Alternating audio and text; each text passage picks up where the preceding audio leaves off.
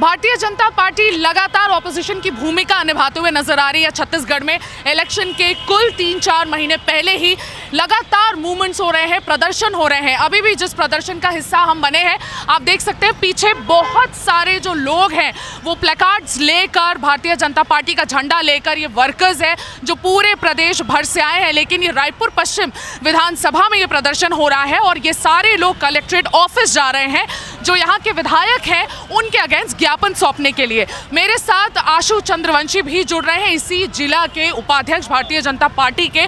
वो हमें बताएंगे कि अचानक से ऐसा क्या हुआ जो विधायक की रिपोर्ट कार्ड पर कलेक्टर को ज्ञापन सौंपने की नौबत आई। आपका बहुत बहुत स्वागत है हमारे शो छत्तीसगढ़ राउंड अप में, और आज हम इसी पूरे सब्जेक्ट का विश्लेषण भी करेंगे। अचानक से 4.5 साल बाद भारतीय जनता पार्टी को ये क्यों याद आया कि विकास उपाध्याय अपने काम को लेकर सीरियस नहीं है, और बिल्कुल विकास की यात्रा उन्होंने बिल्कुल नहीं निकाली है अपने खुद के रायपुर पश्चिम विधानसभा में।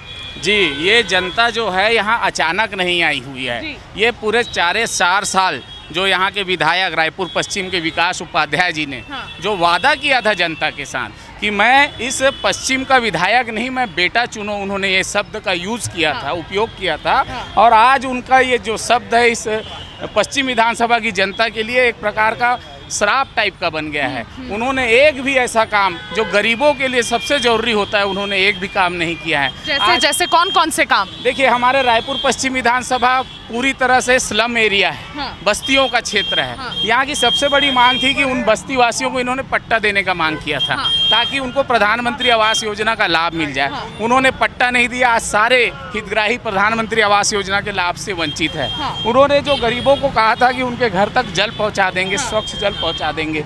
आज अमृत मिशन की स्थिति आप देखिए, जगह जगह शहर गड्ढों से भरा है, लेकिन आज तक उस अमृत मिशन योजना का लाभ नहीं मिल रहा है। उसके अलावा ये रायपुर पश्चिम विधानसभा का एक दूसरा स्वरूप भी था। ये पूरे 90 विधानसभा में सबसे ज़्यादा डेवलप्ड विधानसभा था, जहाँ पे विकास के बहुत सारे कार्य पूर्व मंत्री राजेश मूणत के द्वारा किए गए थे।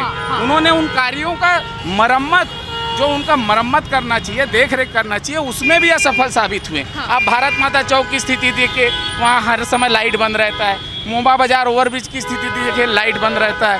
अंडर ब्रिज जो बने हैं उसमें पानी भरा हुआ है। यही विकास उपाध्याय जी पानी में तैरने जाते थे। आज उनका 4.5 साल का कार्यकाल हो गया। अब वो पानी जो भर रहा है उसका क्या जवाब देंगे?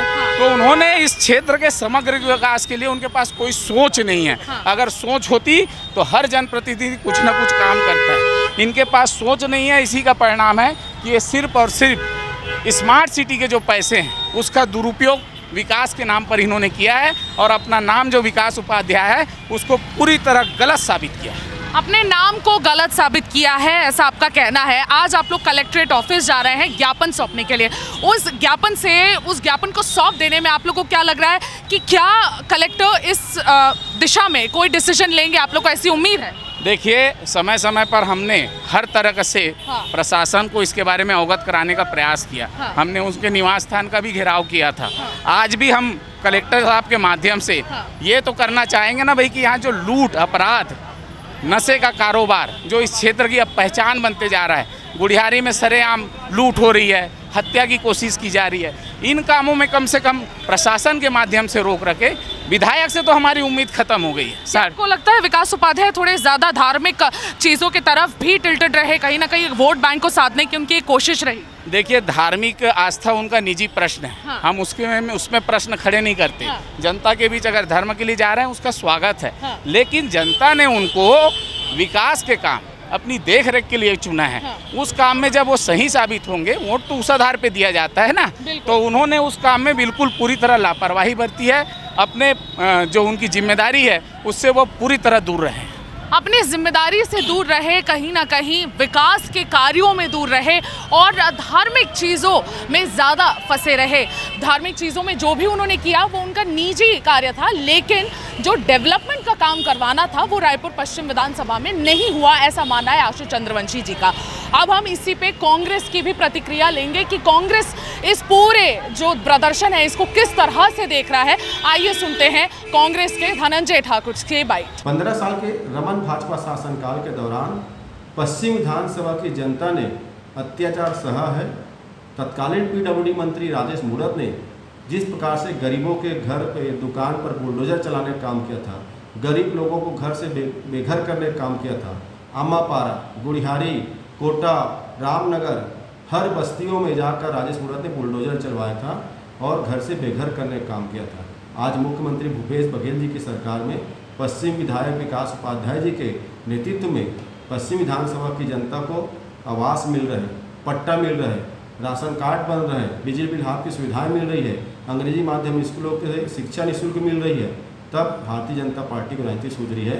राजेश मूणत जी को बताना चाहिए उन गरीबों के मकान पर बुलडोजर क्यों चलाया था, दुकानों पर बुलडोजर क्यों चलाया था, क्या उनके मकसद थे, और आज गरीबों के नाम से राजनीति कर रहे हैं। राजेश मूणत जी को तो पश्चिम विधानसभा के लोगों से माफ़ी मांगनी चाहिए। बिल्कुल, आपने सुना कि आरोप प्रत्यारोप हो रहा है लगातार इस मुद्दे पर, और हम देख रहे हैं जैसे जैसे इलेक्शन पास आ रहा है बहुत ज़्यादा प्रदर्शन से भरा यहाँ की सड़कें होती जा रही हैं। आप मेरे आसपास देखिए, पूरे यहाँ पे जो लोग हैं जहाँ तक नज़र जाती है लगातार वो मौजूद है, और प्लेकार्ड्स यहाँ पर उठाई हुए, औरतें भी यहाँ पर निकल के आई हैं, सारी की सारी औरतें हैं। और जैसा कि आशु जी ने कहा कि 50% जो रायपुर पश्चिम विधानसभा है उसमें बस्ती है, छोटे छोटे बस्ती हैं, जिसमें पट्टे देने का जो एक बहुत बड़ा सा प्रॉमिस है जो विकास उपाध्याय ने किया था 2018 में, कहीं ना कहीं वो अधूरा अब भी है, और उसकी कंप्लेन भी यहाँ पर लोगों को है। मैं लोगों से भी बात करने की कोशिश करूँगी। आंटी, ऐसी कौन सी आपका जो मुद्दा था, आपका डिमांड था, जो आपको लगता है कि विधायक ने पूरा नहीं किया? वो हमारा ये डिमांड है कि जो वृद्धा पेंशन भी है ना, वो भी रोक रोक के रख रहा है। वृद्ध पेंशन भी हाँ रोक-रोक हाँ के हाँ रख रहा है। बिल्कुल, सुनो ना, हाँ। वृद्धा पेंशन भी रोक रोक के रख रहा है, और जो मिलना चाहिए बढ़ के वो भी नहीं मिल रहा है। क्या विकास उपाध्याय ने आपको बोला था इस पक्ष में कि वो काम करेंगे? हाँ, कब बोले थे ना, लेकिन अभी तक कुछ नहीं हुआ है। अभी तक कुछ नहीं हुआ। आप मुझे बताइए कि ऐसी कौन सी आपको दिक्कतें हुई है जिसके लिए प्रॉमिस किया गया था लेकिन अभी तक कार्य नहीं हुआ है? अभी हर चीज में दिक्कत है, रोड से, पानी से, सबसे दिक्कत है। ऐसा नहीं कि नहीं करके कौन सा काम किया है? कोई काम नहीं किया है अभी। कोई काम नहीं किया? काम नहीं किया है, और दारू भट्टी जीतूंगा और बंद कराऊंगा बोला, वो भी तो नहीं कराया दारू भट्टी।